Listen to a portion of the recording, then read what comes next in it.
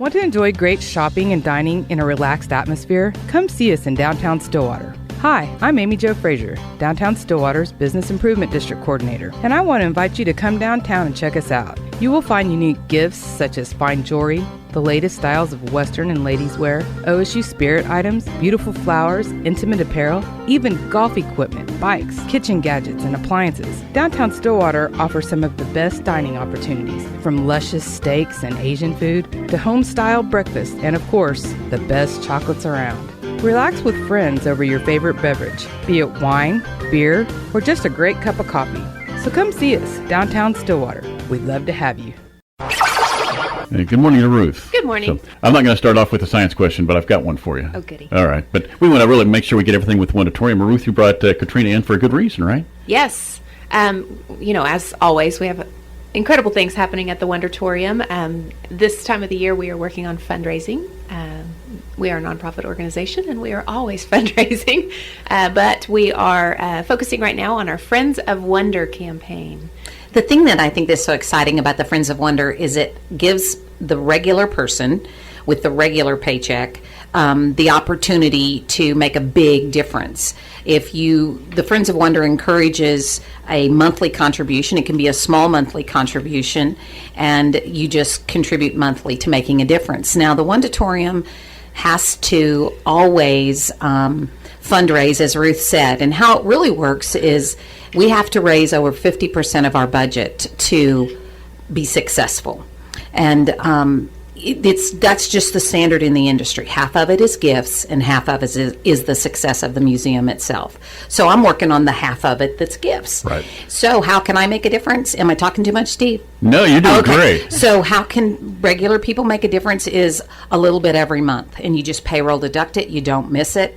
And then all of a sudden, at the end of the year, when it's tax time, you've made a significant difference in the Wondertorium, and maybe you get a tax break because you've made a contribution that is notable. I mean, it doesn't take long to get $300.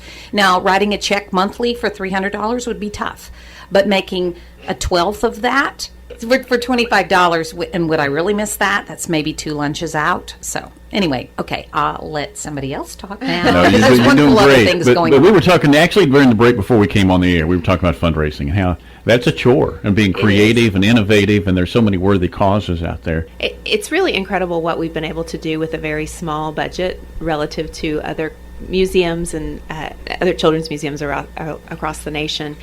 We really have a very low operating budget, and it's incredible that we are able to raise about 60% of our budget each year through earned income. So that's general admissions, birthday parties, those kinds of things.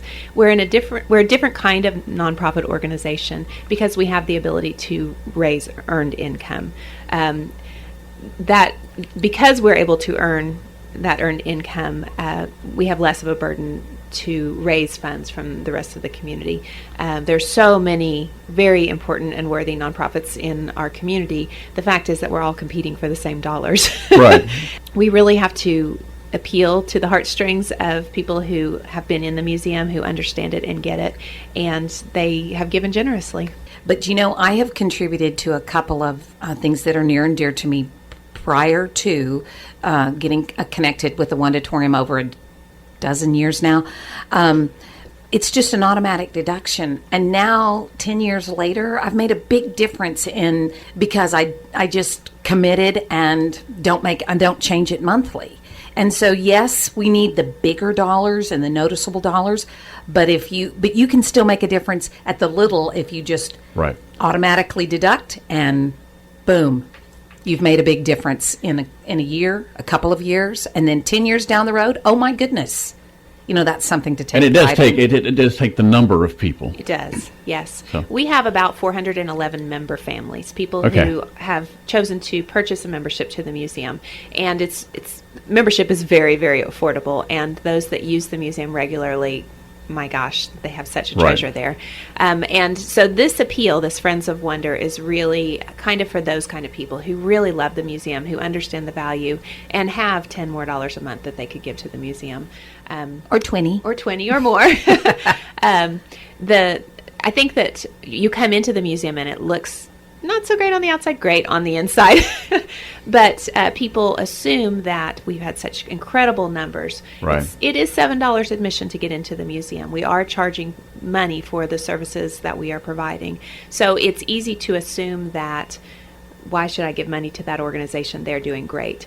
Well, yes, we are doing incredible. But the fact of the matter is it costs more to operate this business than we bring in through earned income. So yeah, you did the formula once for me, and it can't possibly add up. It can't, and it's just the nature of museums and nonprofit organizations. Right. But if you want to sign up and do the draft thing, how do you do that? You can give me a call at the museum, 405-533-3333, or you can go onto our website, okwondertorium.org, and there's a page specifically designated for Friends of Wonder. You can make your donation right online and process through right there. Yeah. And okay, here's my question. I wanted to ask, because you know science. Do you have a rain gauge? Yes. Do you? You have one of those electronic ones probably now. You have the old ones like Grandma used to have? Got donated, or you pick it up at a show or something. There you go. All right, now explain this to me.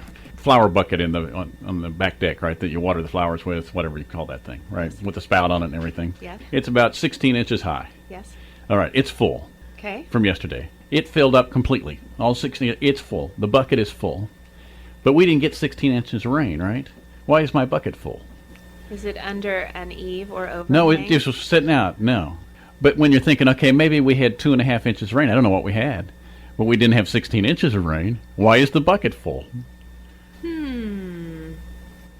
Well, you can do science stuff at the Wondertorium. Can I phone a friend? Yes, you can. Yes, you can. Would it have to do with the circumference of the opening of the hole?